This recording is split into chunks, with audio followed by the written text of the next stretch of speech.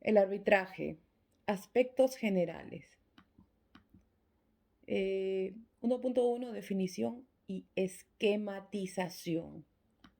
El arbitraje es una vía de solución de conflictos en la que las partes someten una controversia específica a conocimiento y decisión vinculante de terceros designados por ellas. Esta, esta sintetizada definición contiene diferentes elementos que merecen ser destacados. Ujú.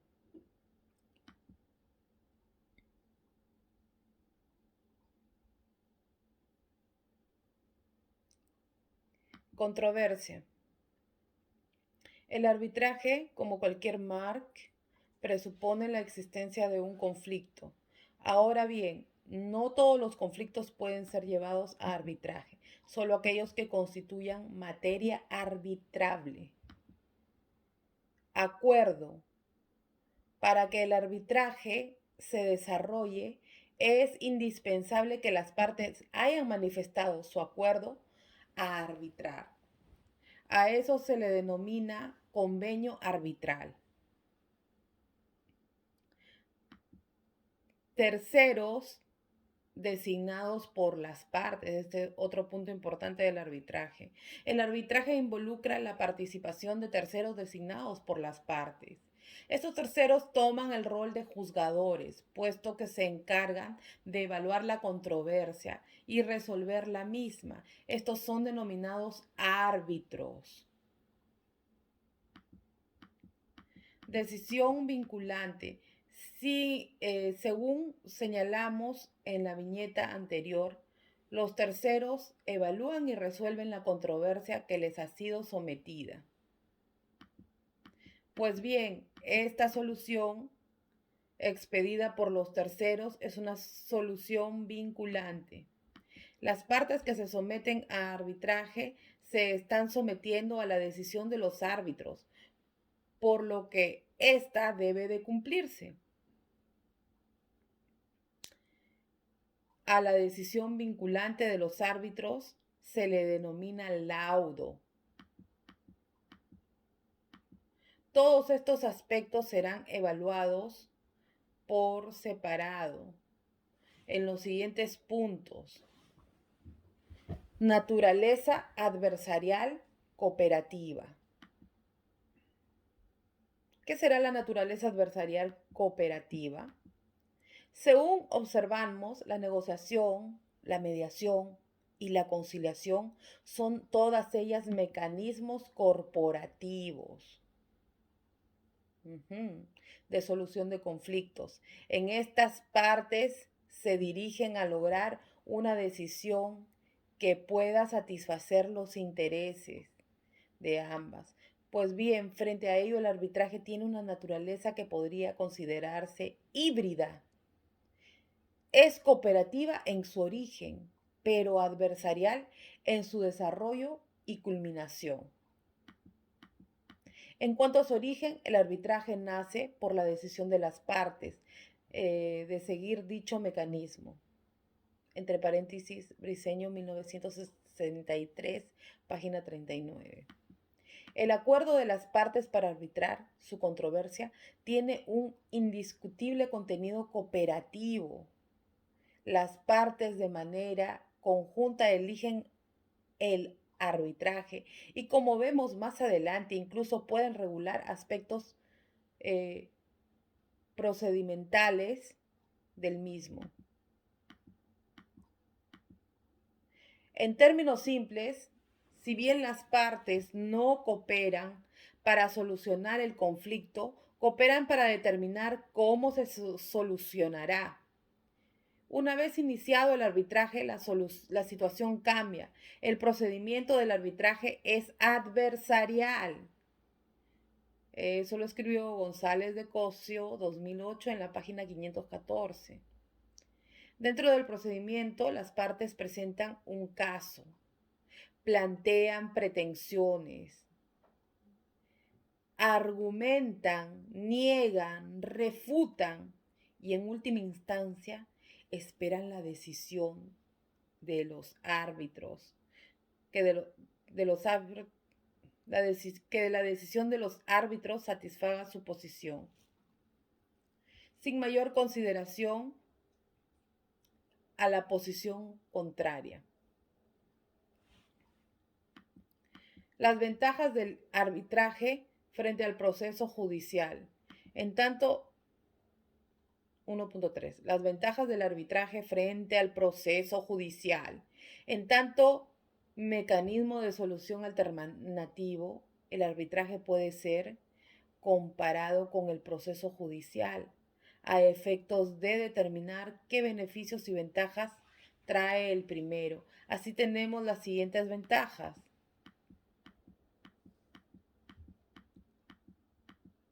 Confianza en la decisión final. El hecho que las partes elijan a los jugadores genera en cierta medida confianza en la decisión que estos expidieran. Las partes pueden presumir que han dejado el conflicto en buenas manos porque ellas mismas eligieron dichas manos. Flexibilidad. En el criterio, de solución, los jueces, como veremos más adelante, resuelven aplicando la ley. Por contraste, en el arbitraje, las partes pueden determinar si el caso se resolverá de acuerdo a la ley, entre paréntesis, arbitraje de derecho, o de acuerdo al criterio de justicia que manejan los árbitros, arbitraje de conciencia. Flexibilidad en el procedimiento. El arbitraje, recordemos que es un mecanismo que se funda en la voluntad conjunta de las partes. Sobre dicha base, sucede que las partes pueden regular aspectos técnicos del procedimiento arbitral según lo que mejor se acomode a sus intereses. Por ejemplo, si dos partes requieren que la controversia se resuelva lo más rápido posible, pueden establecer que los árbitros tengan un plazo máximo de 100 días para expedir su laudo. Confidencialidad. Frente a la naturaleza pública del proceso judicial, el arbitraje se erige como un procedimiento confidencial. Esto, en la última instancia, se fundamenta en su naturaleza privada. En efecto, así como no exige motivo alguno para que una persona pueda exigir conocer todo lo relativo a un contrato de arrendamiento A y B, así tampoco hay razón alguna para que las personas no involucradas en el arbitraje reclamen tener conocimiento de lo que sucede dentro del mismo. Idoneidad para controversias complejas. Este es otro punto importante. Según señalamos, en el arbitraje las partes eligen a los juzgadores, entre paréntesis, árbitros. Más aún, por regla general, los árbitros no requieren ser abogados. Esta libertad de elección de los juzgadores permite que las partes puedan escoger a personas especializadas según la materia de la controversia. Por ejemplo, si dos partes tienen una disputa relativa a los derechos seguros y reaseguros, estas pueden escoger a especialistas en dicho campo. Del mismo modo, dado que los árbitros, por regla general, no deben ser abogados, una controversia sobre aspectos técnicos en la construcción de una empresa puede ser resuelta por ingenieros, por ejemplo. El arbitraje, entonces, es idóneo para la situación de controversias técnica o jurídicamente difíciles. El arbitraje, en síntesis, es un mecanismo de solución de controversias en que la solución es vinculante y proviene de terceros, seleccionado por partes. Así, la idea del arbitraje es una resolución vinculante de controversias. Así, la idea del arbitraje es una resolución vinculante de controversias aceptada con serenidad por aquellos que asumirán sus consecuencias debido a su especial confianza en los decisores seleccionados. Paulson 2013, página 1.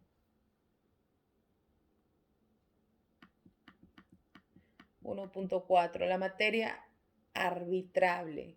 Según señalamos en el capítulo anterior, los marks cuentan con un radio limitado de acción en cuanto a las materias que pueden ser resueltas a través de dichos mecanismos. En esta línea, para el caso del arbitraje, el radio se limita a la denominada materia arbitrable, sustentado en voluntad de las partes.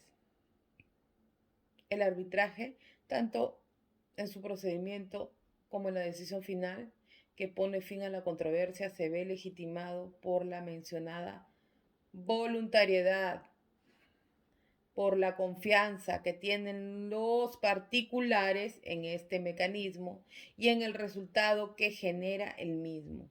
Pero la voluntad de las partes en nuestro ordenamiento jurídico no está libre de límites.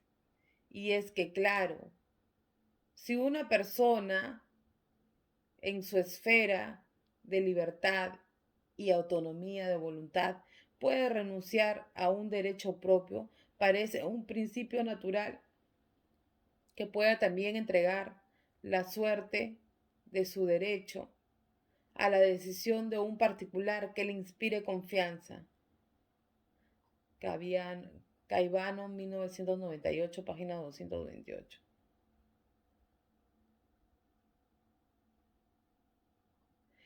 Empero, no todos los derechos son renunciables y así tampoco todas las controversias pueden someterse a arbitraje.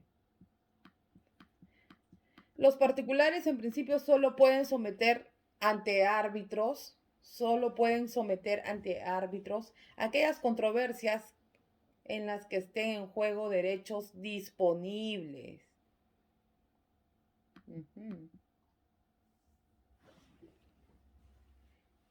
Y ya saben que son derechos disponibles. Todos los derechos disponibles son aquellos que se puedan medir cuantitativamente o que tengan un valor económico. Es muy importante que sepan eso.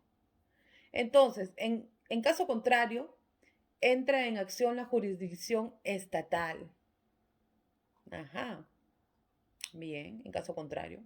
El control constitucional opera a pesar de haberse aceptado voluntariamente la jurisdicción arbitral. Las materias sobre las que ha de decidirse tienen carácter indisponible.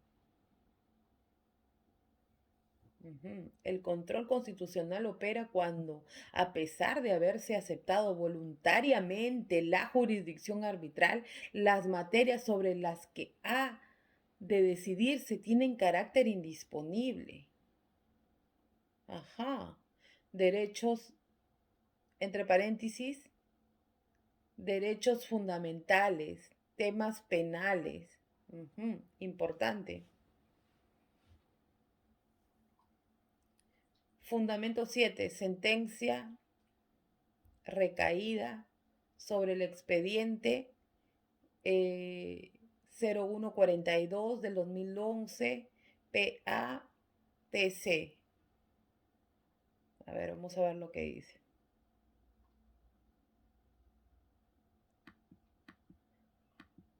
Y decimos, en principio, porque en última instancia la materia arbitrable dependerá de lo que establezca el ordenamiento jurídico específico.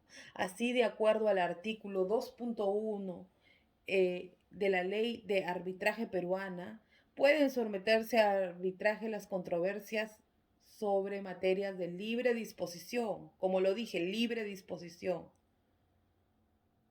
como a derecho, o sea, las controversias sobre materias de libre disposición conforme al derecho, así como aquellas que la ley o los tratados de acuerdos internacionales autoricen.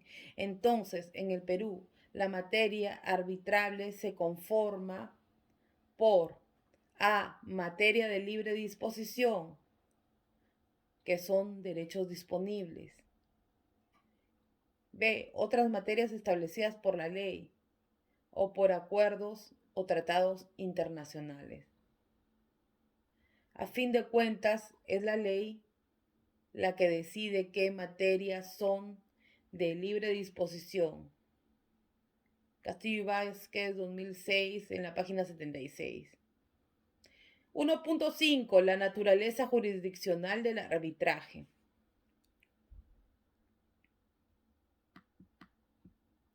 En el Perú. La naturaleza judicial del arbitraje en el Perú. Según hemos visto, el arbitraje constituye un mecanismo de solución de controversias en el que un tercero expide una decisión final y vinculante. En la última instancia, el árbitro cumple el mismo rol que el juez. Ajá. Cumple el mismo rol que el juez, lo vuelvo a repetir. Administra justicia. Ante ello, en el Perú se ha pasado a entender y definir al arbitraje como jurisdicción. Bien, jurisdicción. Y lo voy a leer de nuevo. Perú se ha pasado a entender y definir al arbitraje como jurisdicción. De acuerdo al artículo 139, punto 1 de la Constitución, es un principio de la función jurisdiccional su unidad y exclusividad, por lo que es imposible que haya jurisdicción independiente alguna, con la salvedad de la militar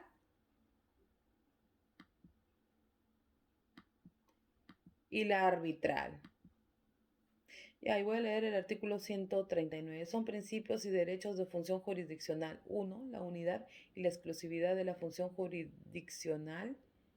No existe ni puede establecerse jurisdicción alguna independiente, con excepción de la militar y la arbitral. Ajá. Ok, sigamos para adelante.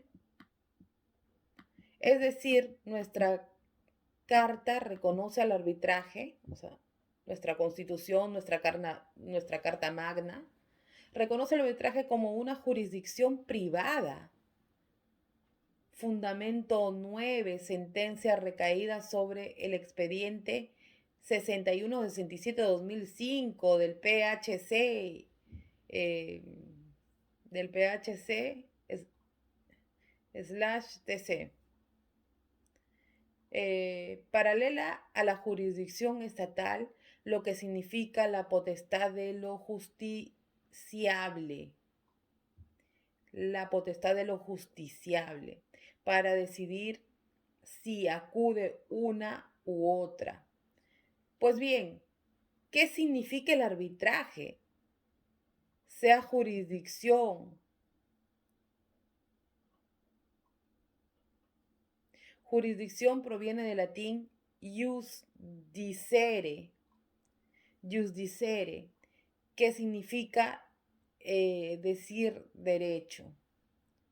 Nuestro ordenamiento jurídico entonces considera que entre el árbitro y el juez existe una función equivalente, decir derecho.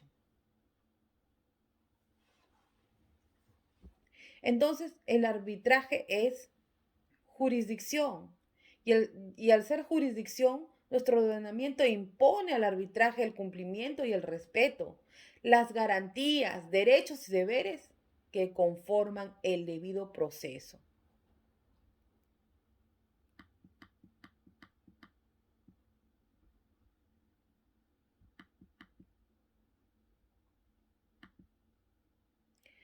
Asimismo, la naturaleza de jurisdicción independiente del arbitraje no significa que establezca el ejercicio de sus atribuciones con inobservancia de los principios constitucionales que informan la actividad de todo órgano que administra justicia, tales como el de independencia e imparcialidad de la función jurisdiccional, así como los principios y derechos de la función jurisdiccional. En particular, en tanto jurisdicción no se encuentra exceptuada de observar directamente todas aquellas garantías que componen el derecho al debido proceso, entre paréntesis, fundamento 9.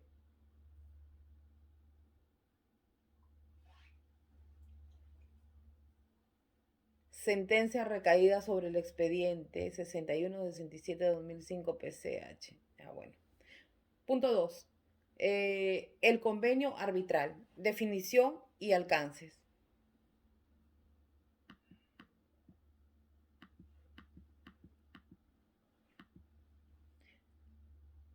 El acuerdo de las partes para arbitrar se plasma en el convenio arbitral. Este convenio es, por cierto, un contrato y constituye una relación jurídica entre las partes, eh, consistente en su sometimiento al mecanismo del arbitraje. El mismo se configura por dos elementos. El elemento subjetivo, aquí nos referimos a la vinculación efectiva de los agentes involucrados. El convenio arbitral debe identificar de manera clara quiénes son los sujetos que están sometiéndose a la vía del arbitraje. Otro punto más, elemento objetivo, la institución del arbitraje en tanto mecanismo de solución de conflictos requiere de un conflicto que resolver. En esa línea, cuando las partes celebran un convenio arbitral, para que éste tenga una eficacia real, es necesario que aquellas indiquen que controversias, disputas seguirán la vía arbitral.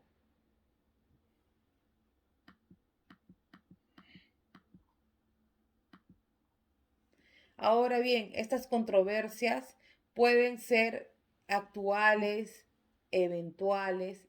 En el primer caso, las partes tienen ya una disputa actual y deciden que la resolverán mediante arbitraje. En el segundo caso, las partes no tienen ningún conflicto, pero proyectan que la lengua controversia, eventual controversia, no, pero proyectan que ante alguna eventual controversia que pueda surgir, esta será resuelta mediante arbitraje.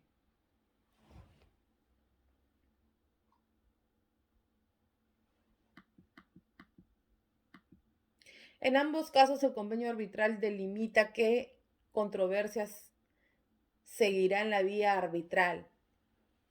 Así, por ejemplo, si dos partes celebran un contrato de suministro, estas pueden acordar también que cualquier diferencia que surja al respecto a la ejecución del contrato será resuelta en el arbitraje. Para finalizar, es perfectamente posible que determinadas controversias entre dos agentes sigan la vía arbitral y otras controversias entre esos dos mismos agentes sigan la vía judicial. Siguiendo el ejemplo anterior, si el convenio arbitral se limita a cubrir controversias relativas a la ejecución del suministro, entonces si surgen problemas relativos a la ejecución y a la validez del contrato, los problemas relativos a la ejecución serán resueltos por árbitros, mientras que los problemas relativos a la validez del contrato estarán a cargo de los tribunales judiciales.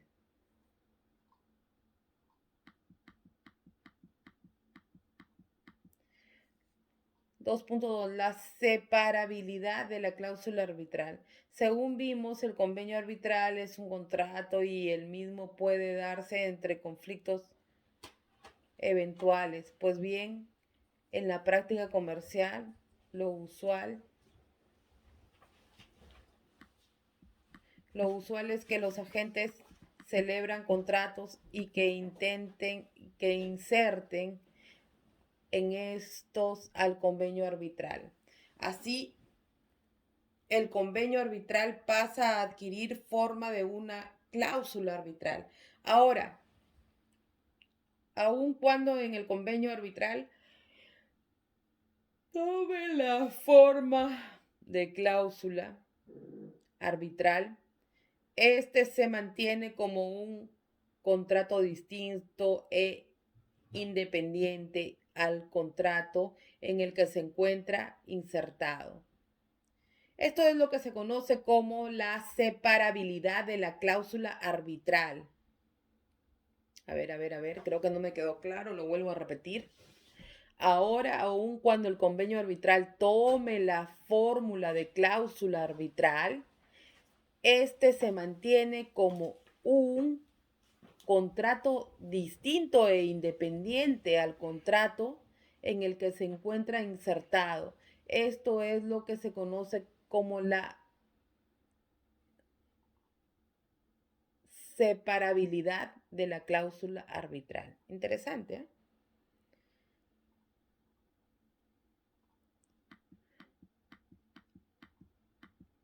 La separabilidad de la cláusula arbitral es muy importante para lograr que las controversias relativas a la validez o eficacia del contrato en el que se insertó dicha cláusula puedan ser resueltas por los árbitros. En efecto, imaginemos que no hubiese separabilidad de la cláusula arbitral. En un caso concreto, las partes acuerdan que las controversias relativas o la validez o eficacia del contrato comercial que las vincula serán resueltas mediante arbitraje. Este acuerdo se plasma en una cláusula arbitral insertada al contrato comercial celebrado entre las partes. Ajá. Ahora bien, una de las partes considera que el contrato comercial es nulo porque supuestamente la firma del representante de la contraparte ha sido falsificada.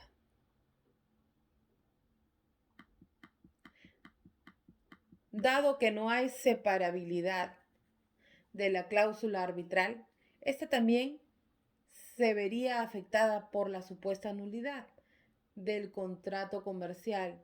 En esa línea, la parte que considera que el contrato comercial es nulo debería recurrir a los tribunales judiciales a pedir su nulidad.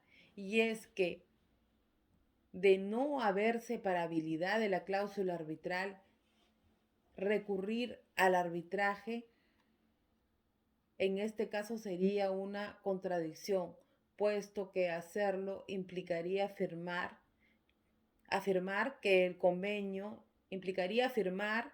el convenio arbitral es válido, cuando justamente se está alegando que todo el contrato es inválido. Entre paréntesis, firma falsificada, ¿no? Al hablarse de una firma falsificada. En términos simples, gracias a la separabilidad de la cláusula arbitral, el hecho de un contrato puede ser inválido.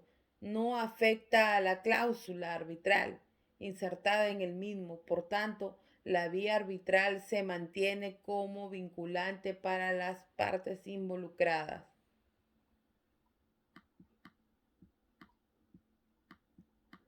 Los efectos del convenio arbitral. El convenio arbitral tiene dos efectos principales, uno negativo y otro positivo. Ay. Los efectos del convenio arbitral. El convenio arbitral tiene dos efectos principales, uno negativo y otro positivo. El efecto negativo se trata de la incompetencia de los tribunales judiciales para resolver aquellas controversias que estén dentro del ámbito de la extensión objetiva del convenio arbitral.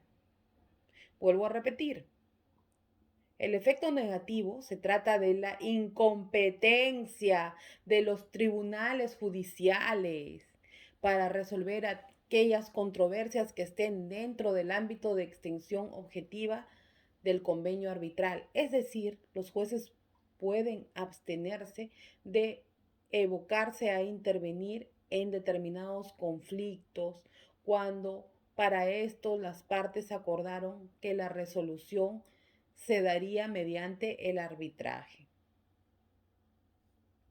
El efecto positivo. Se trata del sostenimiento de las partes al arbitraje. Esto genera para las partes una obligación de no hacer. Ajá. Efecto positivo. Se trata del sostenimiento de las partes al arbitraje. Esto genera para las partes una obligación de no hacer. Ese es el efecto positivo, una obligación de no hacer, que es la de no acudir a los tribunales judiciales para resolver su disputa. Ajá. El efecto positivo. De nuevo lo vuelvo a leer, ¿eh? Importante. Efecto positivo. Se trata del sometimiento de las partes al arbitraje. Esto genera para las partes una obligación de no hacer, que es la de no acudir a los tribunales judiciales para resolver su disputa. 3. Los árbitros.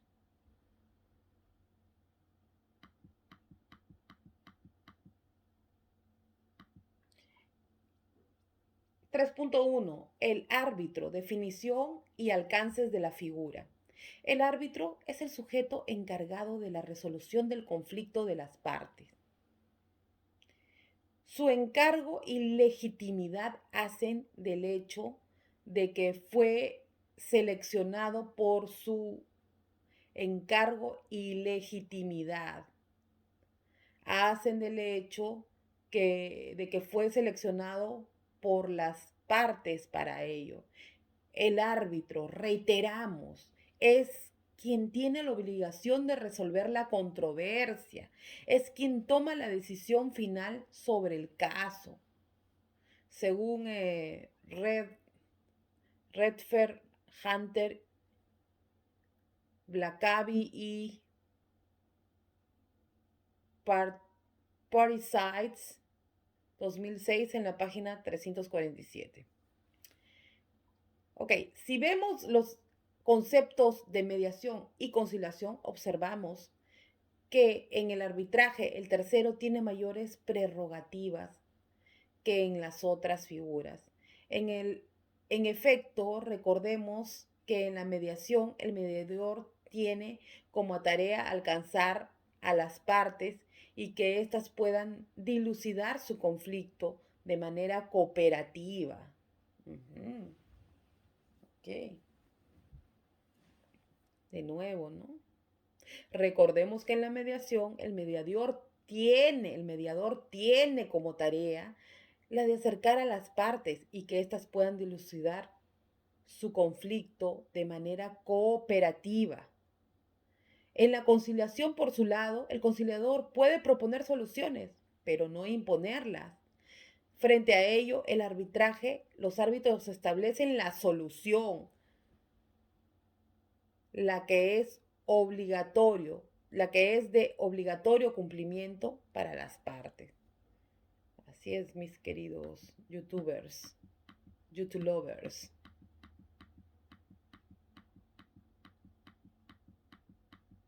A continuación veremos los aspectos más importantes respecto a la designación de árbitros y la conformación del tribunal arbitral. B, requisitos para ser árbitro. C, las obligaciones a cargo de los árbitros. En cuanto a la designación de árbitros y conformación del tribunal arbitral, tenemos que en el arbitraje dicho tribunal puede conformarse por un solo árbitro. Entre paréntesis, tribunal arbitral unipersonal o por varios, tribunal arbitral colegiado. En ambos casos, las partes son las que designan a los árbitros. Por regla general, en caso se haya acordado que solo habrá un árbitro, las partes deberán ponerse de acuerdo en quién será tal y a falta de dicho acuerdo se puede recurrir a otro mecanismo como la elección aleatoria. Y si se acordó un tribunal arbitral colegiado, lo usual es que esté conformado por 3 árbitros y que cada parte elija a uno de ellos para que estos 2 árbitros elegidos se pongan de acuerdo y designen a un tercero. Naturalmente, la elección del árbitro a cargo de una parte no está exenta de controles. Así, la ley modelo CNUDMI sobre arbitraje comercial internacional, entre paréntesis, en adelante, la ley modelo CNUDMI concibe los mecanismos de remoción y recusación para lograr cesar a un árbitro de su cargo. El primero se sustenta en que el árbitro no puede ejercer sus funciones, por ejemplo, por su edad muy avanzada. En el segundo se produce cuando existen elementos que ponen en duda la imparcialidad. ¿Qué quiere decir? Que el árbitro es imparcial. El conciliador también tiene que ser imparcial. El mediador tiene que ser imparcial. ¿Ya? Para que tengan una idea. Artículo 12. Motivos de recusación. Un árbitro solo podrá ser recusado. Recusación. Un árbitro solo podrá ser recusado si existen circunstancias que den lugar a dudas justificadas respecto de su imparcialidad o independencia, o si no posee las calificaciones convenidas por las partes. Una parte solo podrá usar al árbitro nombrado por ella o en cuyo nombramiento haya participado por causas de que haya tenido conocimiento después de efectuada la designación. Artículo 14. La falta o imposibilidad del ejercicio de las funciones. Cuando un árbitro se ve impedido de jure o de facto en el ejercicio de sus funciones o por otros motivos no las ejerza dentro de un plazo responsable, cesará en su cargo si renuncia o si las partes acuerdan su remoción. De lo contrario, si subsiste un acuerdo respecto a cualquiera de esos motivos, cualquiera de las partes podrá solicitar del tribunal u otra autoridad competente, conforme al artículo 6, una decisión que declare la cesación del mandato, decisión que será inapelable. ¿Ya? Inapelable.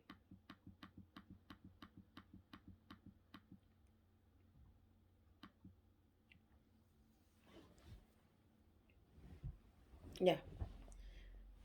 Con la que debe proceder en el arbitraje en nuestro país. Estos mecanismos están reconocidos en los artículos 28 y 30 de la Ley del Arbitraje. Recuerden, artículos 28 y 30 de la Ley del Arbitraje.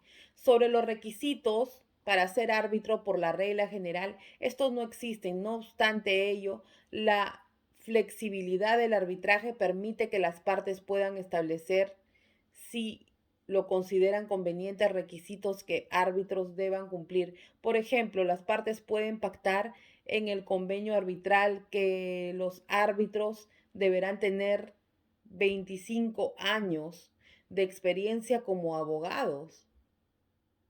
¿Cómo?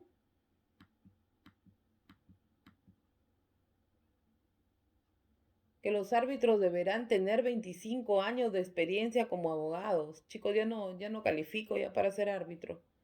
Me fregaron y yo que quería ser árbitro.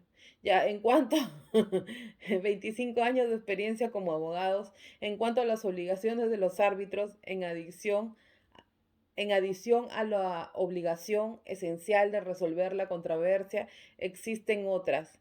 Estas pueden clasificarse según su naturaleza. Así tenemos obligaciones convencionales, legales y de carácter ético. Obligaciones convencionales son aquellas que por decisión de las partes recaerán sobre los árbitros. Así, las partes pueden pactar que los árbitros están obligados a expedir el laudo arbitral en un plazo máximo de 100 días.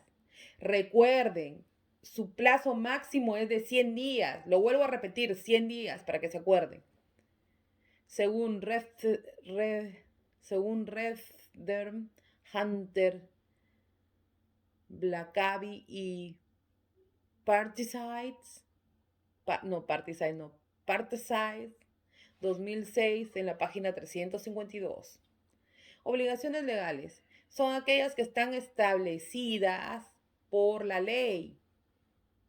A ver, rebobinando otro punto importante. Obligaciones legales son aquellas que están establecidas por la ley. Así, la ley de arbitraje peruana establece que el laudo deberá estar por escrito, ya saben, por escrito, por lo que los árbitros están en la obligación de presentar el mismo en un documento. Obligaciones éticas son aquellas que se derivan de la conducta moral que debe tener el árbitro en el ejercicio de su labor. La principal aquí es obligación de imparcialidad. Ya saben, mis queridos YouTube lovers, el árbitro debe proceder de manera objetiva, sin preferir ni perjudicar alguna de las partes.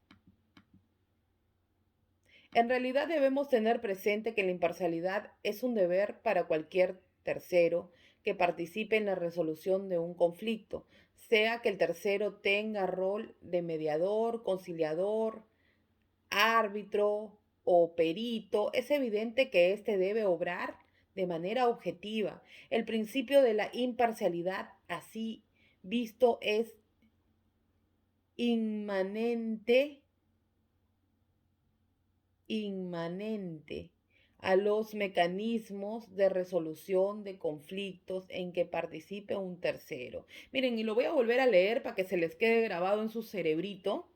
En realidad podemos tener presente que la imparcialidad es un deber para cualquier tercero que participe en la resolución de conflicto, sea que el tercero tenga rol de mediador, conciliador, árbitro o perito. Es evidente que éste debe obrar de manera objetiva, o sea, tiene que ser imparcial. El principio de la imparcialidad, así visto, es inmanente a los mecanismos de resolución de conflictos en que participe un tercero. ¿Ya?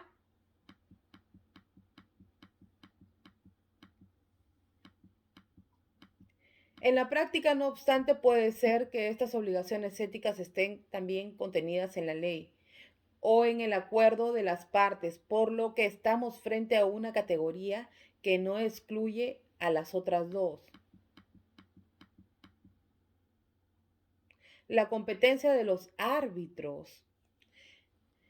El sometimiento de un problema en específico a un tribunal arbitral implica la asignación que hacen las partes de competencia a este tribunal para la resolución del conflicto. Esto se manifiesta en A, el principio de competence, que involucra la competencia del tribunal arbitral para decidir sobre su propia competencia en cuanto al fondo del asunto. Y B, la plena y exclusiva competencia de los árbitros para conocer el fondo de la discusión. Recuerden, competence se escribe con K, ¿ya? Y termina en Z.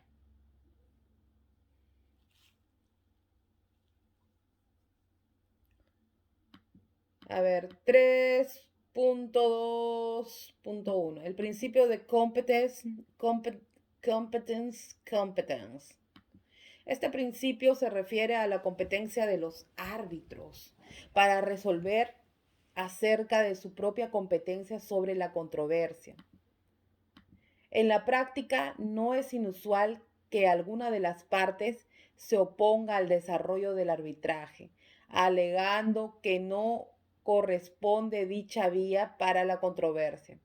Así, el objetante podría señalar que el convenio arbitral es nulo, que la controversia que pretende resolver no incluye materia arbitrable, etc.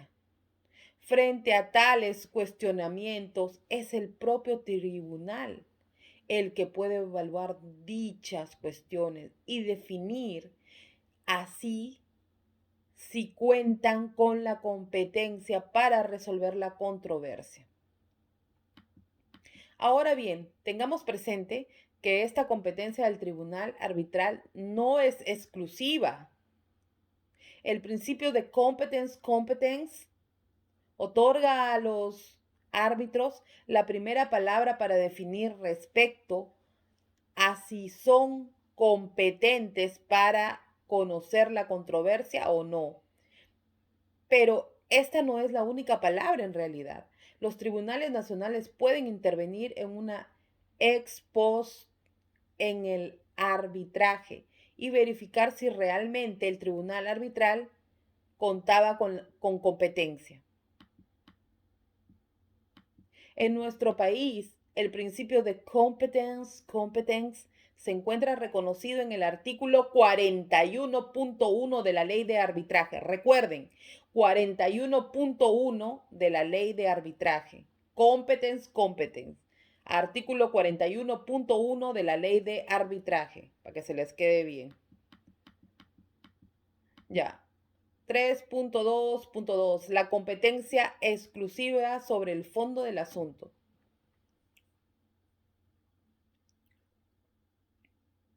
El otorgamiento de la competencia al tribunal arbitral implica que éste adquiere exclusivamente la potestad para resolver el conflicto.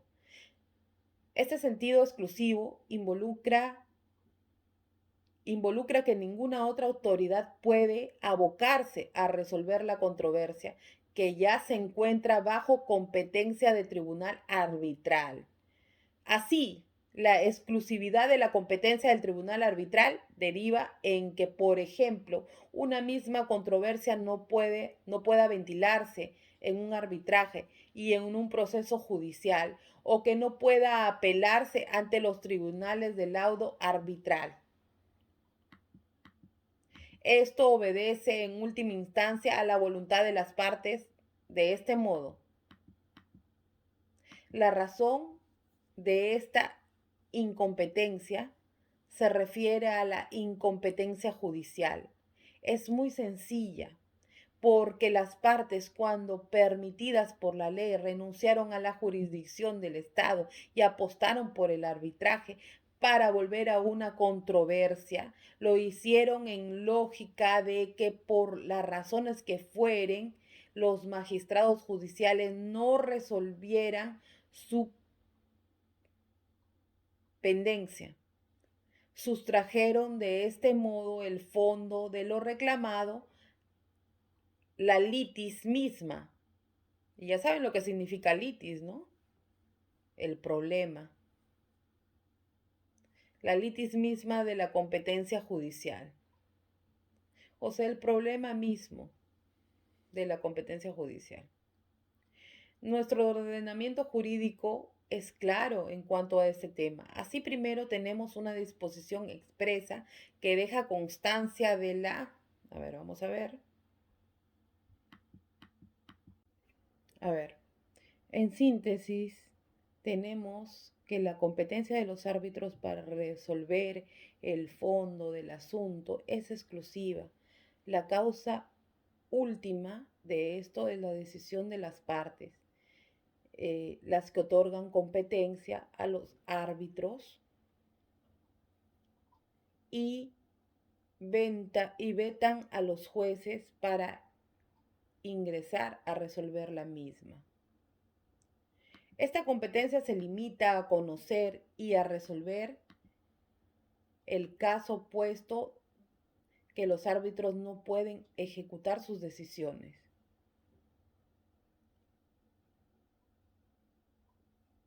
A ver, creo que no me quedó claro. En síntesis, tenemos que la competencia de los árbitros para resolver el fondo del asunto es exclusiva. La causa última de esto es la decisión de las partes, las que otorgan, es la decisión de las partes, las que otorgan competencia a los árbitros y vetan a los jueces para ingresar a resolver la misma. Esta competencia se limita a conocer y resolver el caso, puesto que los árbitros no pueden ejecutar decisiones.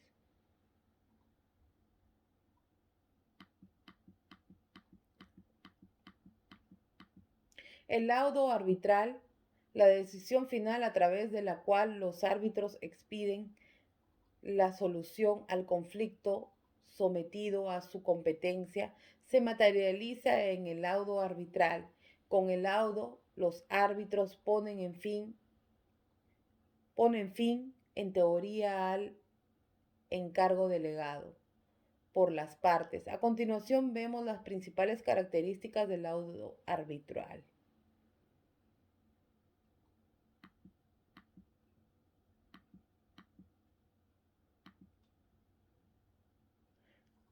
Pero antes voy a leer el artículo 40. Artículo 40. Competencia del tribunal arbitral. El tribunal arbitral es competente para conocer el fondo de la controversia y decidir sobre cualesquiera cuestiones conexas y accesorias a ellas que se promueva durante las actuaciones arbitrales, así como para dictar las reglas complementarias para la adecuada conducción y desarrollo de las mismas.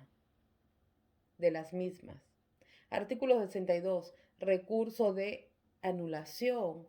El recurso se resuelve declarando la validez de nulidad del laudo.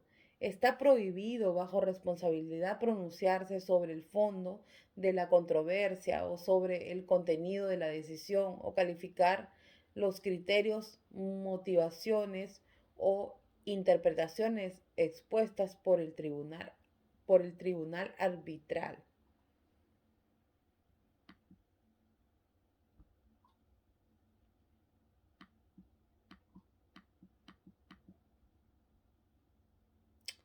El laudo.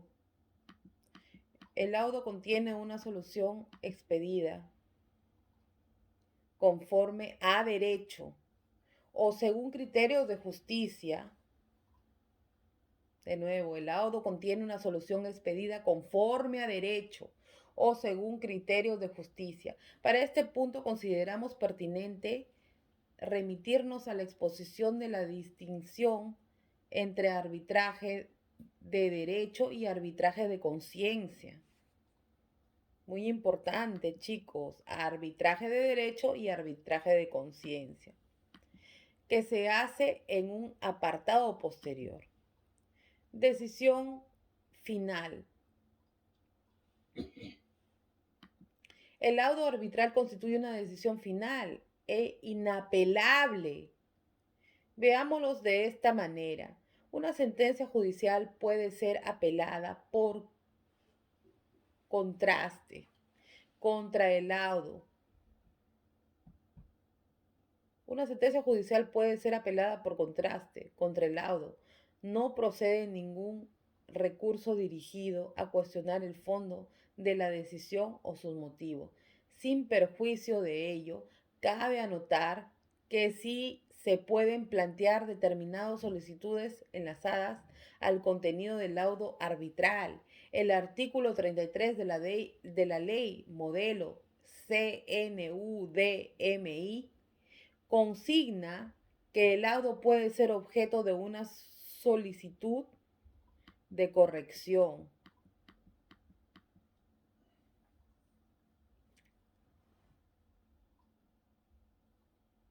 Sin perjuicio de ello, existen supuestos en que el laudo sí puede ser apelado. O sea, tiene sus excepciones.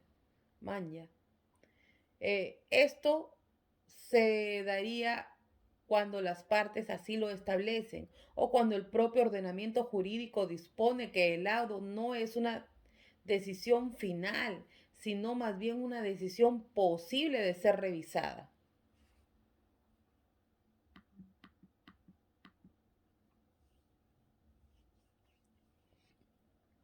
Artículo 33. Corrección e interpretación del laudo y laudo adicional. 1. Dentro de los 30 días siguientes a la recepción del laudo, salvo que las partes hayan acordado otro plazo, cualquiera de las partes podrá, con notificación de la otra, pedir al tribunal arbitral que corrija el laudo, que corrija en el laudo cualquier error de cálculo, de copia o tipográfico o cualquier otro error de naturaleza similar. Así lo acuerdan las partes. Si así lo acuerdan, si así lo acuerdan las partes, cualquiera de ellas podrá con notificación a la otra pedir al tribunal arbitral que dé una interpretación sobre un punto o una parte concreta del laudo. Si el tribunal arbitral estima justificado el requerimiento, efectuará la corrección o dará interpretación dentro de los 30 días siguientes a la recepción de la solicitud. La interpretación formará parte del laudo. 2. El tribunal arbitral podrá corregir cualquier error del tipo mencionado en el apartado y del párrafo 1 del presente artículo por su propia iniciativa dentro de los 30 días siguientes a la fecha del laudo. 3.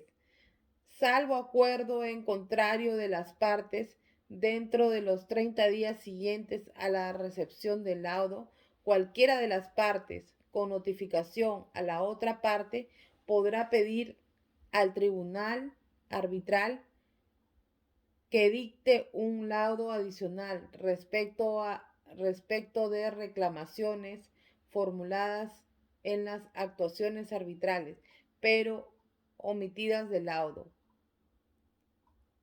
Si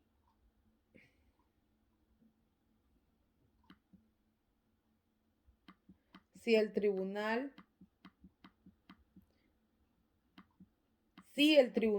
solicitud de interpretación así como también de un pedido de laudo adicional en el Perú.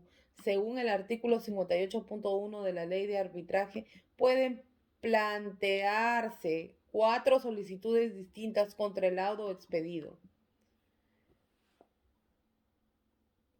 Solicitud de corrección. Su objetivo es solucionar errores tipográficos de cálculo. Por ejemplo, en todo lado se señaló que el daño asciende a 3 millones, pero al final se ordena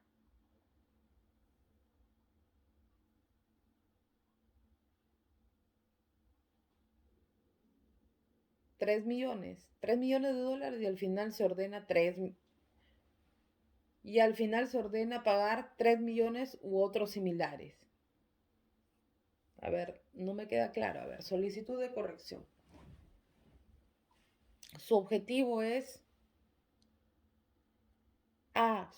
solucionar errores tipográficos de cálculo. Por ejemplo, en todo laudo se señaló que el daño asciende a 3 millones de dólares, pero al final se ordena pagar 300.000 dólares. Ahí me había equivocado leyendo. Ajá, 3 millones. Y al final se ordena pagar 300.000 dólares u otros similares. Solicitud de interpretación. Si una de las partes considera que alguna de las decisiones del laudo contiene de que el laudo contiene no es clara, puede solicitar que la misma sea objeto de interpretación. Solicitud de integración.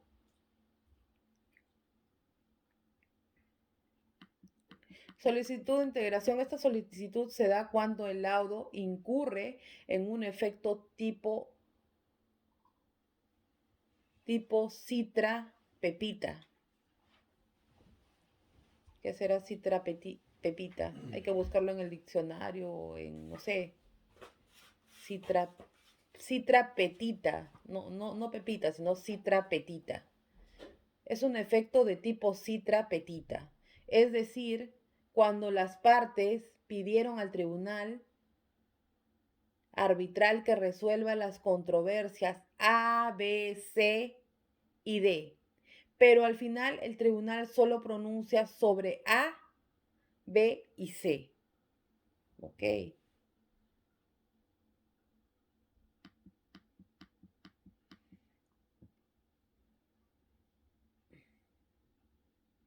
Arbitral estima justificado el requerimiento, dictará el laudo adicional dentro de 60 días. Artículo 58. Rectificación, interpretación, integración y exclusión del laudo. 1. Salvo el acuerdo distinto de las partes o disposición diferente del reclamo arbitral aplicable. Dentro de los 15 días a la notificación del laudo, cualquiera de las partes puede solicitar la rectificación de cualquier error de cálculo, de transcripción tipográfico o informático de naturaleza similar. B. Dentro de los 15 días siguientes a la notificación del laudo, cualquiera de las partes puede solicitar la interpretación de algún extremo oscuro o impreciso o dudoso expresado en la parte decisoria del laudo o que influya en ella para determinar los alcances de la ejecución. Dentro de los 15 días siguientes a la notificación del laudo, cualquiera de las partes puede solicitar la integración del laudo por haberse omitido resolver cualquier extremo de la controversia sometida al conocimiento y decisión del tribunal arbitral. Y por último, dentro de los 15 días siguientes a la notificación del laudo, cualquiera de las partes puede solicitar la exclusión del laudo de algún extremo que hubiera sido objeto de pronunciamiento sin que estuviera sometido a conocimiento y decisión del tribunal arbitral o que no sea susceptible al arbitraje.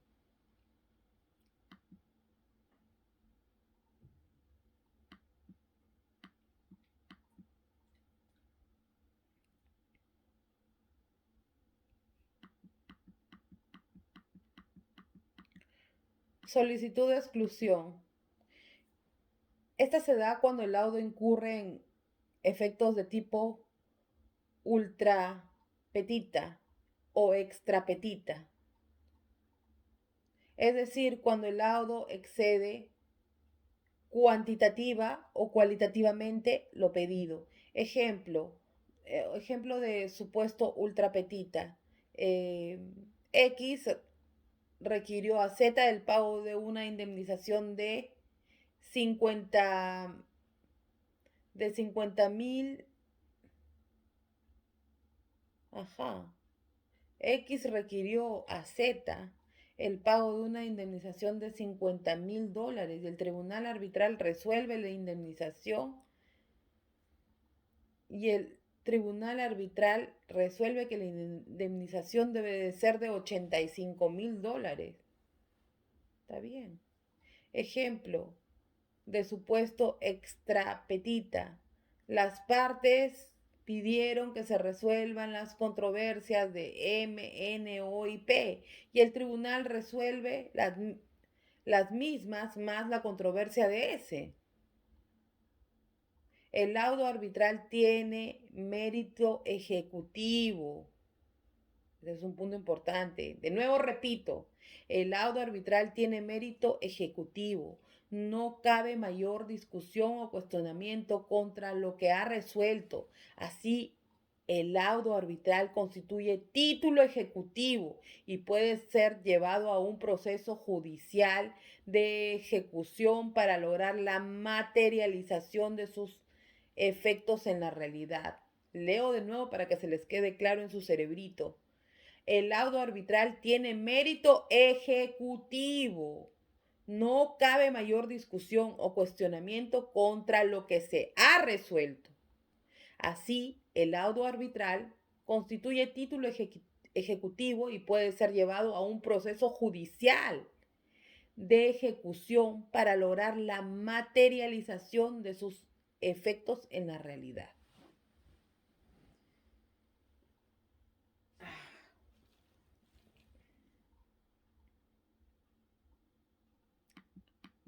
Cinco, impugnación del arbitraje.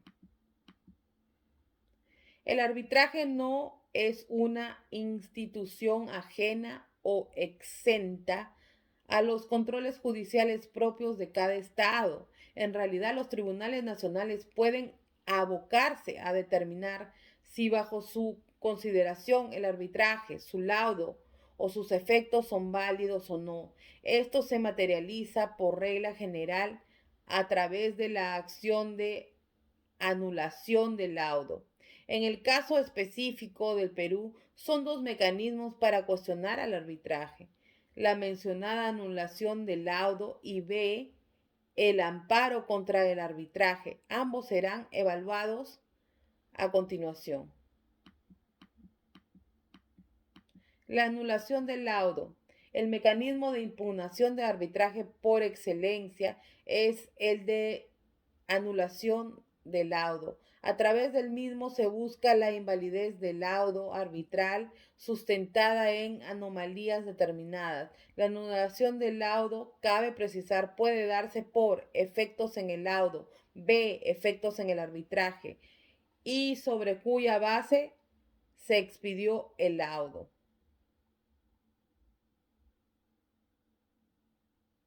A ver, de nuevo. La anulación del laudo, cabe precisar que puede darse por efectos en el laudo. A, efectos en el laudo. A, defectos en el laudo. B, defectos en el arbitraje. De nuevo, A, defectos en el laudo. B, defectos en el arbitraje, sobre cuya base se expidió el laudo.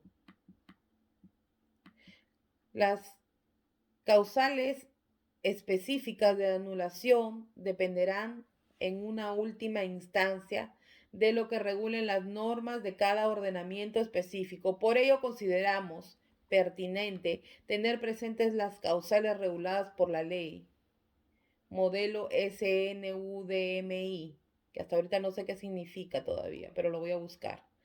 Toda vez que esta ley constituye un cuerpo normativo de referencia global, así de una lectura a su artículo 34, 2, podemos extraer las siguientes causales. Acuerdo de arbitraje inválido si el convenio arbitral es nulo, anulable, inexistente o eficaz. Es evidente que en tal caso el arbitraje constituido sobre dicho acuerdo es inválido y por tanto el laudo debe ser anulado. Otro punto, violación del debido procedimiento. El arbitraje en tanto mecanismo heterocompositivo de solución de conflictos está sometido.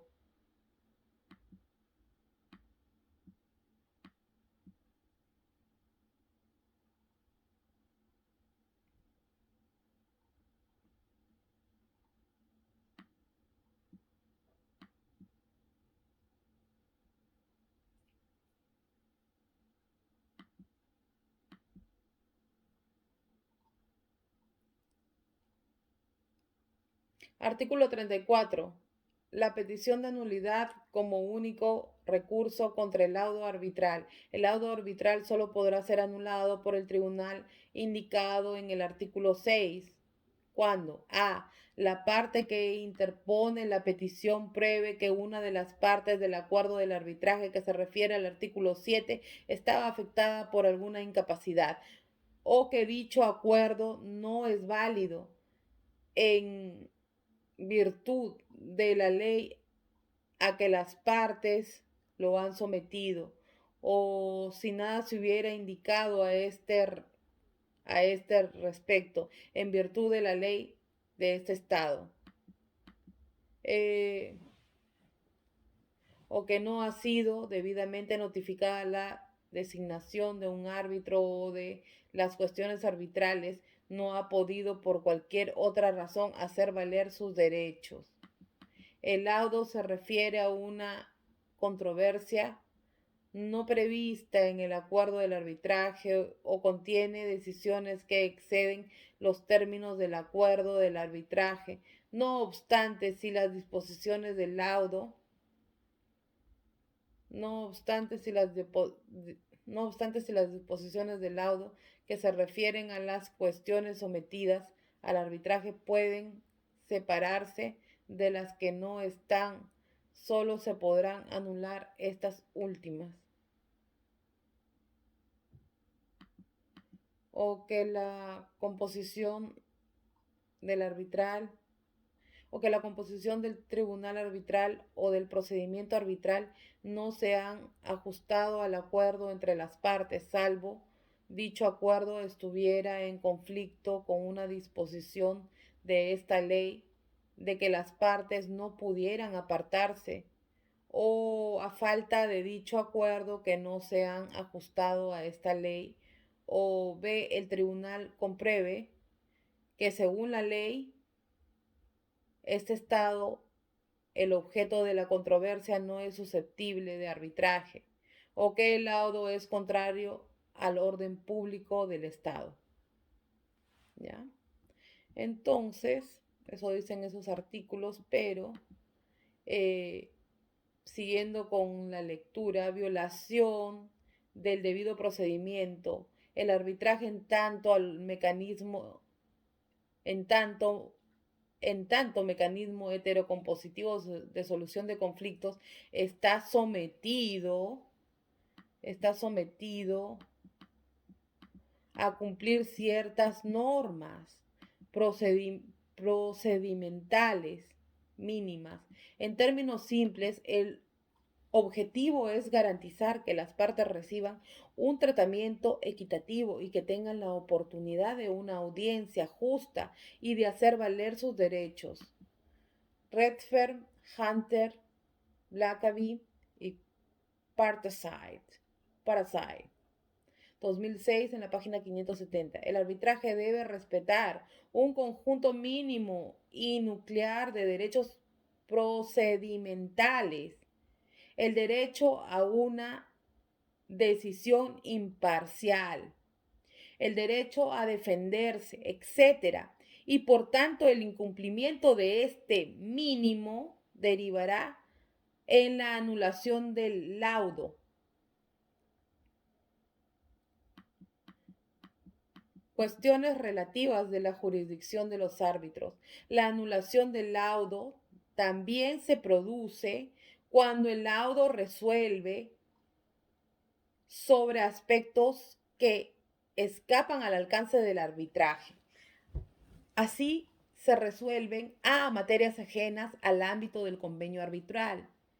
B, cuestiones distintas a la que las partes sometieron a los árbitros. Entonces los árbitros habrán excedido su jurisdicción, por tanto el laudo en cuanto a la parte excedente deberá ser anulado.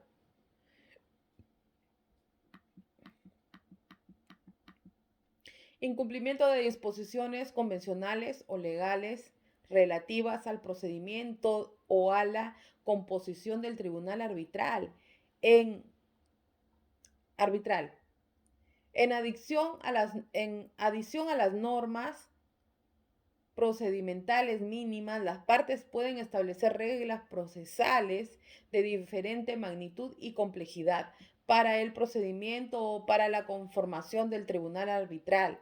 La ley también puede establecer otras disposiciones de aplicación supletoria para ambos temas, pues bien, el cumplimiento de las referidas disposiciones derivará en la anulación del laudo.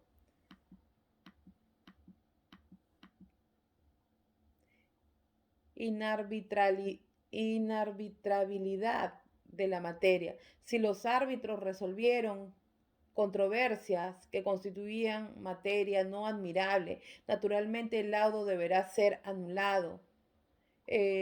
Otro punto más, vulneración al orden público. Estamos aquí frente a un concepto bastante difuso y problemático. Por orden público, podemos definir aquellas nociones más básicas de moralidad y de justicia de un sistema jurídico.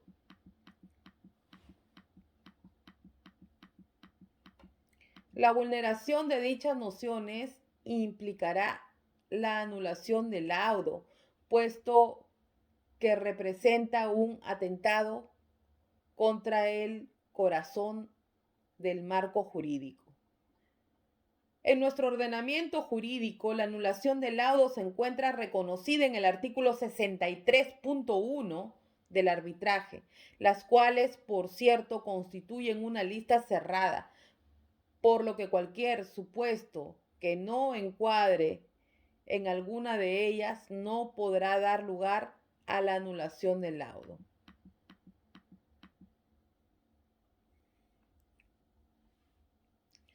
El amparo en el Perú como vía para supuestos excepcionales.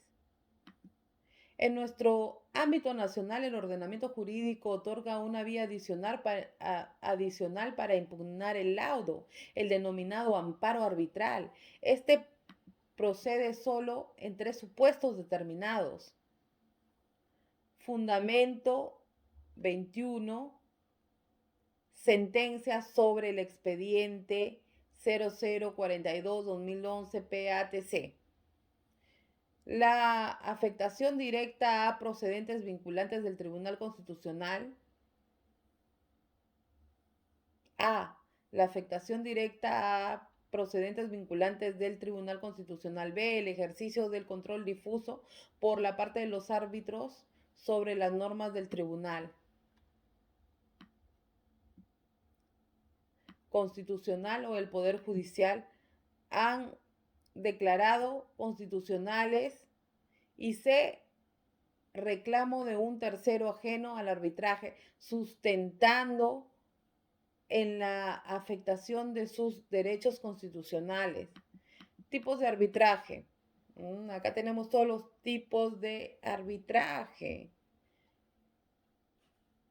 Existen muchas formas de realizar clasificaciones al arbitraje. Así, de manera referencial, podemos presentar las siguientes, solamente de manera referencial. Arbitraje de derecho y arbitraje de conciencia. Arbitraje entre particulares y arbitraje con componente público. Arbitraje doméstico y arbitraje internacional. Arbitraje comercial y arbitraje de inversiones. Arbitraje ad hoc y arbitraje institucional. A continuación desarrollaremos brevemente cada uno de estos tipos de arbitraje.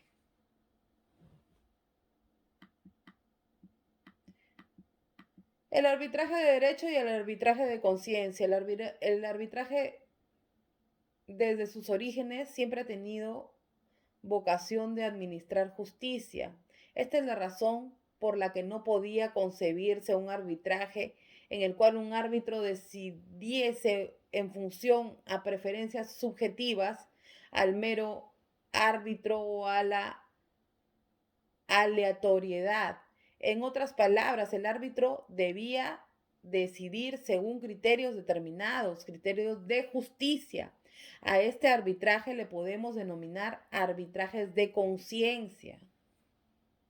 El arbitraje de equidad, arbitraje de ex aequo, et bono o amicable arbitratio o amicable arbitration, o et bono o amicable arbitration, arbitración amigable. Históricamente, sin embargo, el arbitraje dejó de lado el criterio de justicia para resolver los conflictos con las normas legales disponibles. En esos casos, el arbitraje pasó a considerarse como uno de derecho.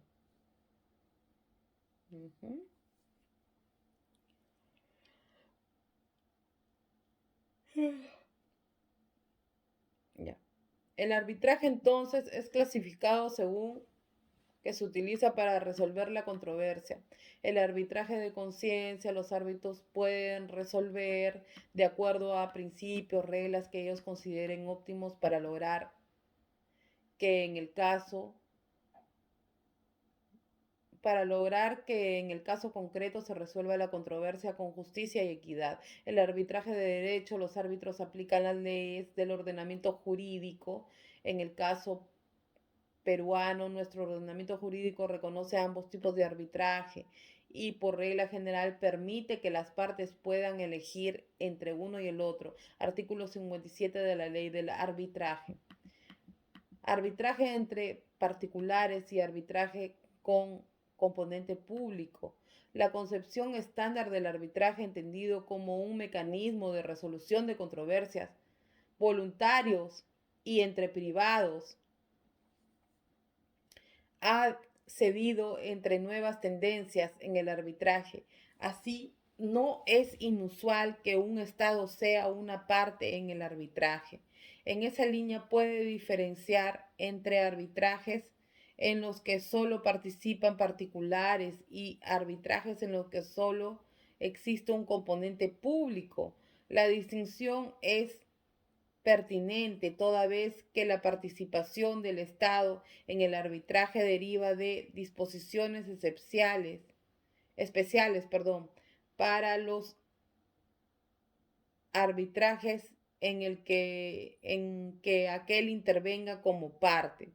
Así, es necesario un tratamiento diferenciado de los arbitrajes en los que intervienen partes estatales.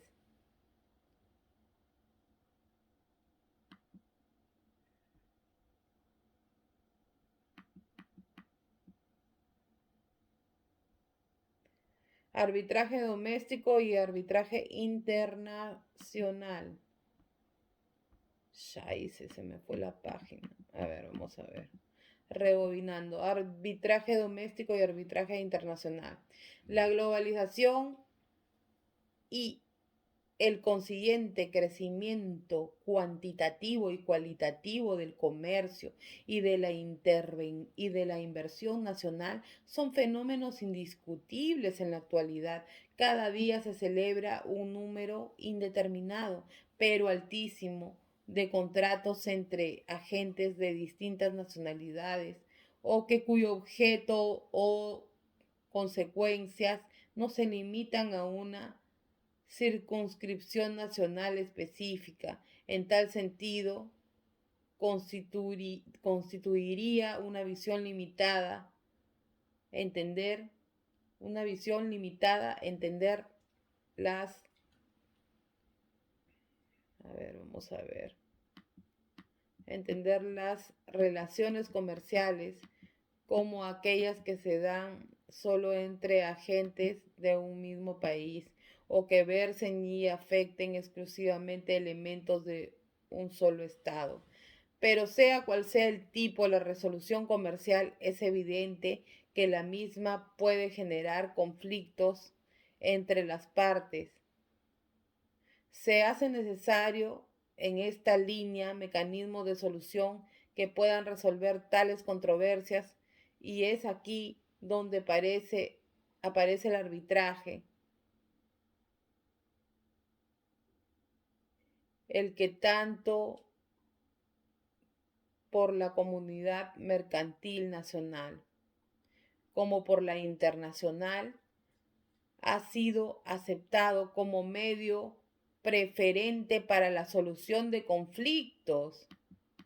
Para el arbitraje es pertinente distinguir entre aquellos casos en los que los elementos participantes pertenecen exclusivamente a un fuero nacional de aquellos en los que no.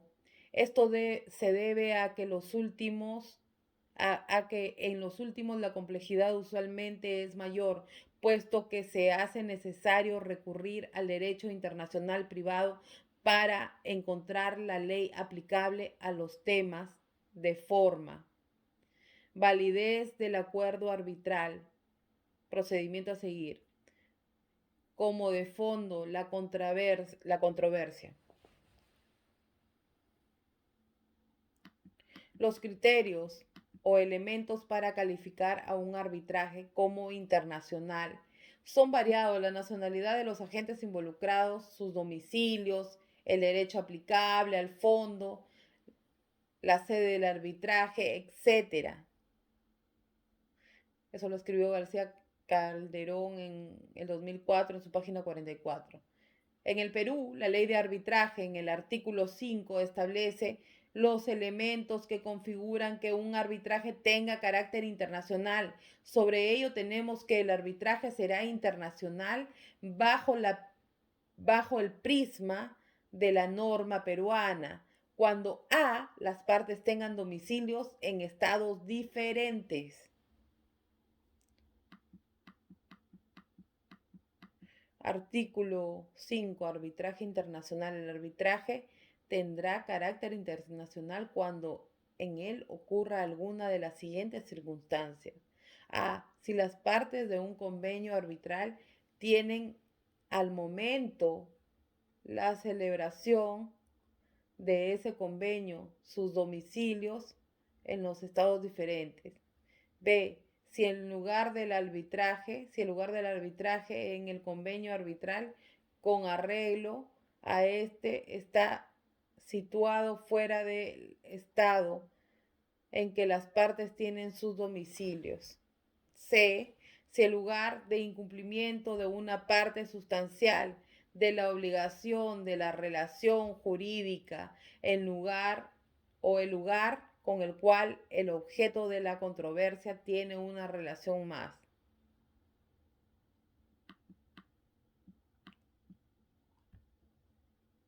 La sede del arbitraje se ubica en un estado distinto al domicilio de las partes. El objeto de la controversia, el cumplimiento de las obligaciones de la relación, de la piel al arbitraje, que da pie al arbitraje, se encuentra más próxima a otro estado. en los casos en que las partes domicilen en Perú.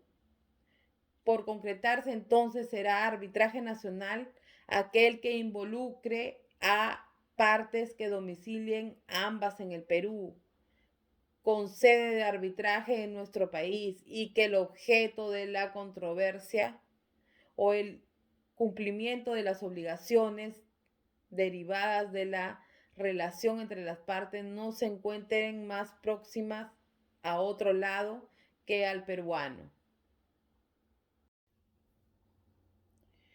Arbitraje comercial y arbitraje de inversiones. Desde sus orígenes, el arbitraje ha sido preponderantemente empleado para resolver cuestiones comerciales. El arbitraje comercial, así, no es más que un arbitraje cuya nota distintiva radica en que versa sobre controversias relativas a las incidencias propias de la circulación económica de bienes y servicios.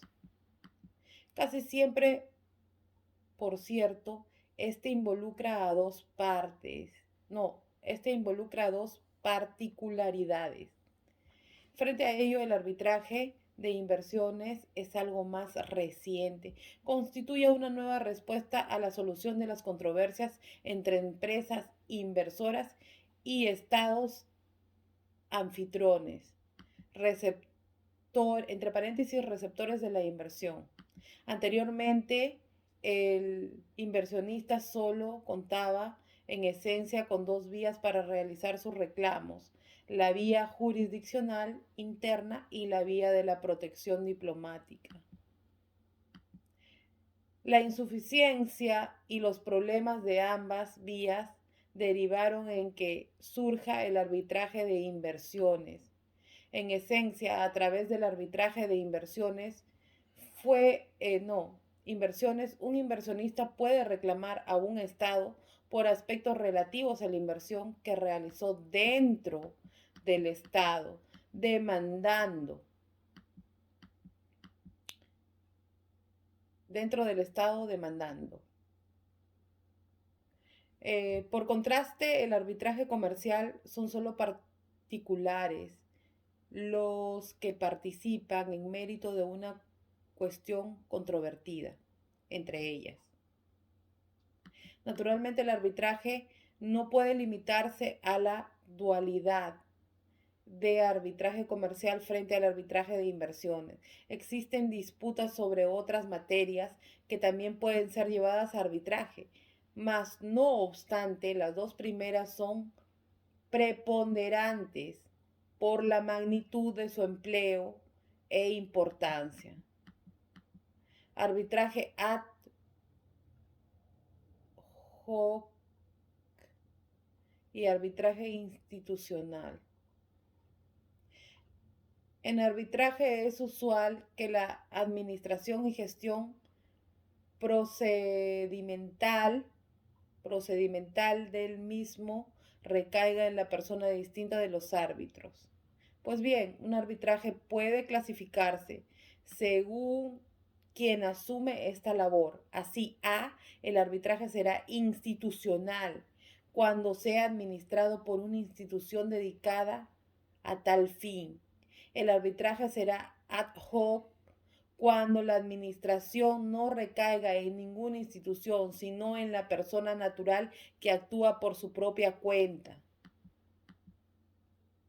En términos prácticos, esta administración implica dos cosas. Primero, el arbitraje es institucional.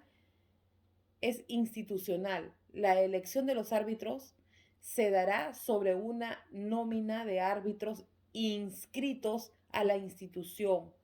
Para el caso del arbitraje ad hoc, el árbitro no tendrá que estar inscrito en ninguna institución.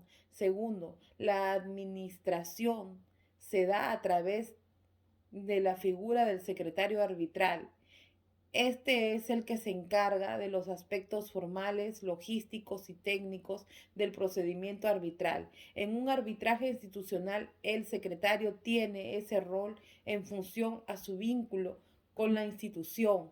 Por contraste, en un arbitraje ad hoc, el secretario cumple ese rol en nombre propio.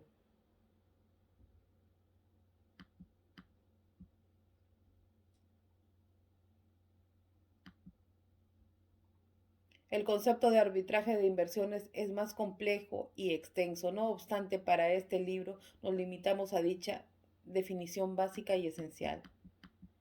A ver, vamos a ver. 7. Síntesis. 1.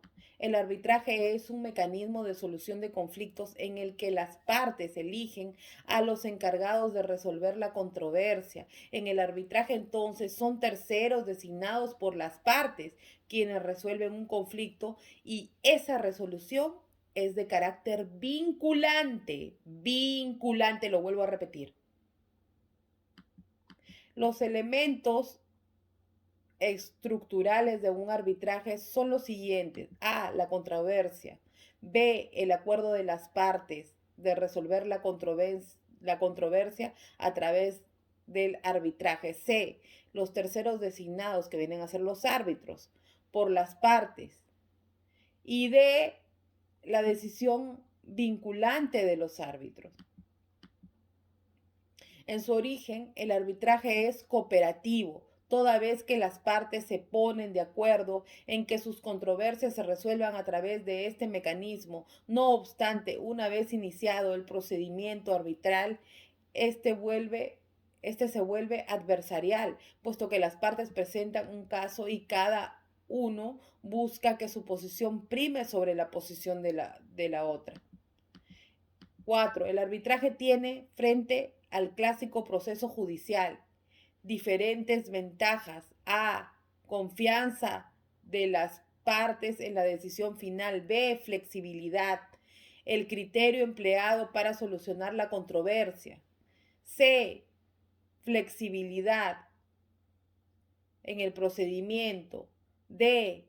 Confidencialidad. E. Idoneidad para las controversias complejas. Como cualquier otro mar, el arbitraje no puede aplicarse para resolver cualquier clase de controversia. Así son aquellas materias que constituyan materia, así solo aquellas materias que constituyan materia arbitrable podrán ser llevados a arbitraje. Sobre la materia arbitrable, esta se conforma por los derechos disponibles y por supuestos adicionales que la ley establezca como arbitrales. ¿Ok? En el Perú, el arbitraje es considerado jurisdicción. De nuevo, voy a volver a leer el punto 6. En el Perú, el arbitraje es considerado jurisdicción. Esto, en sentido práctico, implica que al arbitraje le son aplicables todos los derechos, garantías y deberes del debido proceso y de la tutela jurisdiccional efectiva.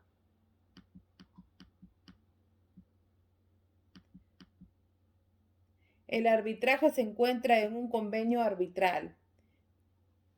7. El arbitraje se encuentra en un convenio arbitral. Este es un contrato mediante el cual las partes se someten a la vía arbitral para determinadas controversias.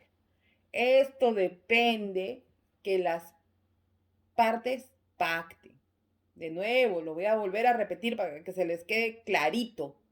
El arbitraje se sustenta en un convenio arbitral. Este es un contrato mediante el cual las partes se someten a la vía arbitral para determinadas controversias. Esto depende de lo que las partes pacten. El convenio arbitral, por cierto, puede celebrarse ante controversias actuales o eventuales. En esencia, el convenio arbitral debe contar con la identificación de las partes y con la indicación precisa de aquellas materias que serán sometidas a arbitraje. Por regla general, Es usual que el convenio arbitral esté insertado en otro contrato supuesto en el que pasa a ser denominado cláusula arbitral. Esto, empero, no modifica el hecho de que el convenio arbitral sea por sí mismo un contrato. Más aún, la cláusula arbitral es separable del contrato en el que está inserta. De esta forma se organiza que los árbitros puedan resolver controversias que involucren incluso la validez y eficacia del contrato en el que se encuentra la cláusula arbitral. El convenio arbitral genera dos efectos. Por un lado, un efecto positivo, que consiste en la obligación de las partes de no recurrir a los tribunales nacionales ante disputas que están dentro del ámbito del convenio arbitral. Por otro, un efecto negativo, que consiste en que la abstención de los tribunales nacionales para conocer y resolver las referidas disputas.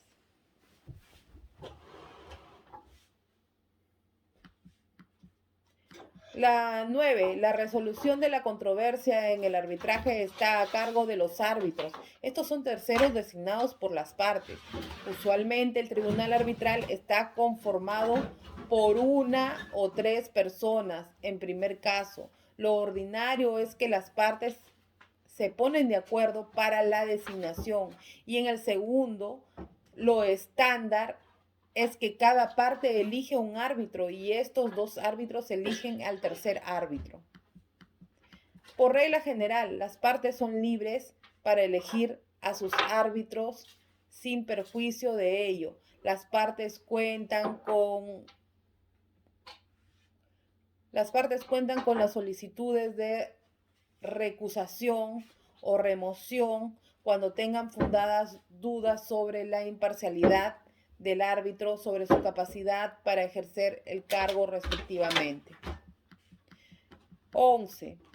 De otro lado, no hay requisitos especiales que deben cumplirse para ser árbitro. Bastaría por regla general ser ciudadano en ejercicio.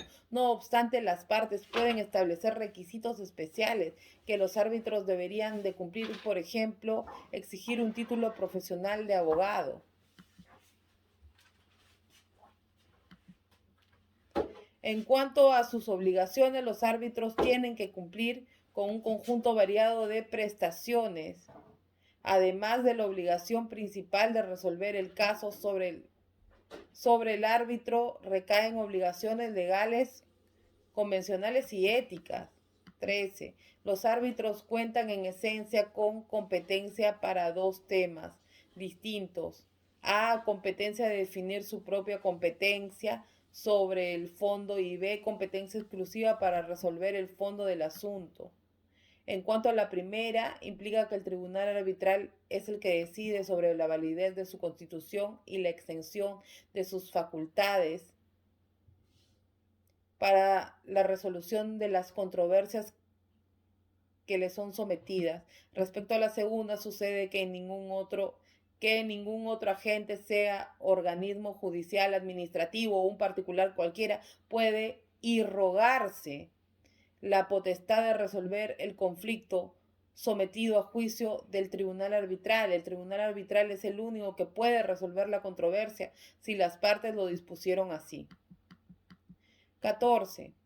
A través del laudo arbitral se pone fin a la controversia sometida al arbitraje. Dicho laudo contiene la solución.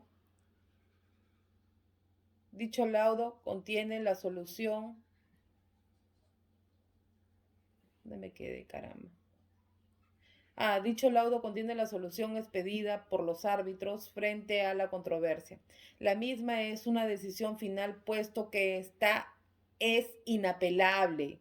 Finalmente, cabe destacar que el laudo arbitral en el Perú constituye título ejecutivo, lo que permite que pueda ser presentado ante los tribunales nacionales en un proceso de ejecución para lograr que sus decisiones se materialicen en la realidad. 15. El arbitraje no está exento de control judicial. En específico, para el caso peruano, la impugnación del arbitraje puede manifestarse a través de la anulación del laudo. A través de la anulación del laudo. B, una acción de amparo contra el arbitraje. Por un lado, la anulación del laudo se dirige a cuestionarlo sobre la base de anomalías que afectan inmediatamente al arbitraje en general o al laudo específico. Los supuestos que derivan en la anulación del laudo se encuentran en el artículo 63.1 de la Ley de Arbitraje.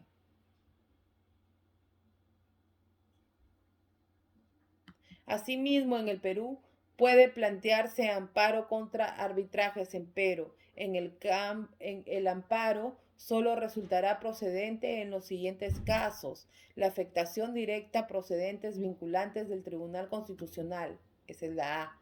B, el ejercicio del control difuso por parte de los árbitros sobre las normas que el Tribunal Constitucional o el Poder Judicial ha declarado constitucional. C, el reclamo de un tercero ajeno al arbitraje que se sustente en la afectación de sus derechos constitucionales.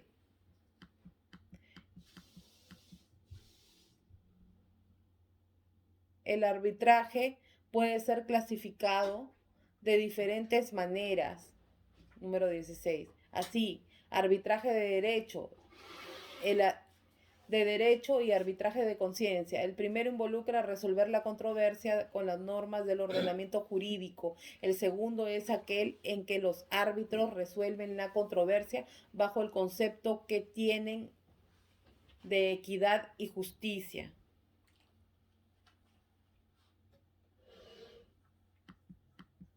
Arbitraje entre privados y arbitraje con componente público. El primero, los agentes involucrados son particulares. En el segundo, cuando menos una de las partes es una entidad estatal. La distinción es particular toda vez que la existencia de un componente público en el arbitraje necesariamente impacta a la estructura y contenido de esta última. Arbitraje doméstico y arbitraje internacional.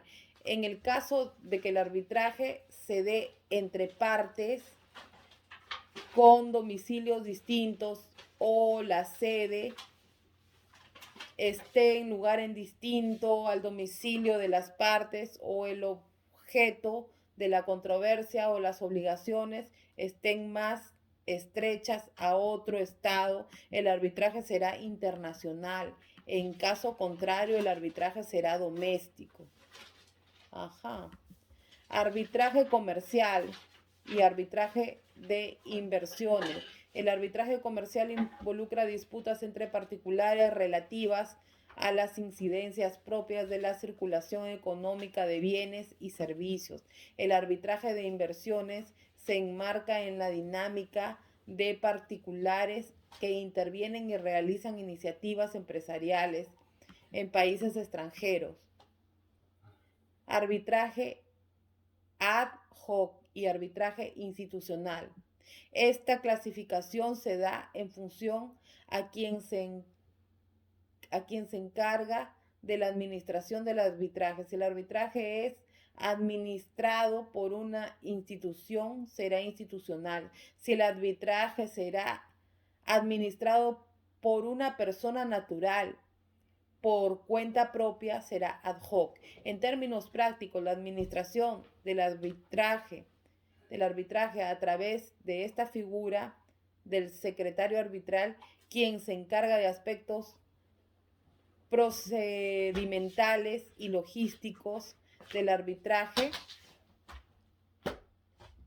Asimismo, en los arbitrajes institucionales de los árbitros deberán estar inscritos en una nómina propia de la institución administradora. Preguntas para que la tarea para su casa. ¿Qué define al arbitraje? El arbitraje es un mecanismo adversarial o cooperativo de solución de conflictos. ¿Cuáles son los elementos estructurales del arbitraje? ¿Qué significa que un convenio arbitral sea separable? ¿Qué competencias tienen los árbitros? ¿Existen mecanismos para cuestionar al arbitraje? ¿Cuáles son? Bueno, chicos, espero que les haya gustado la lectura y por favor no se olviden de mandarme su pulgar arriba y poner comentarios constructivos y nada más. No se olviden de suscribirse a mi canal en el botón de la derecha donde dice suscribir. Eso es todo y que tengan una buena calificación en el examen sobre todo.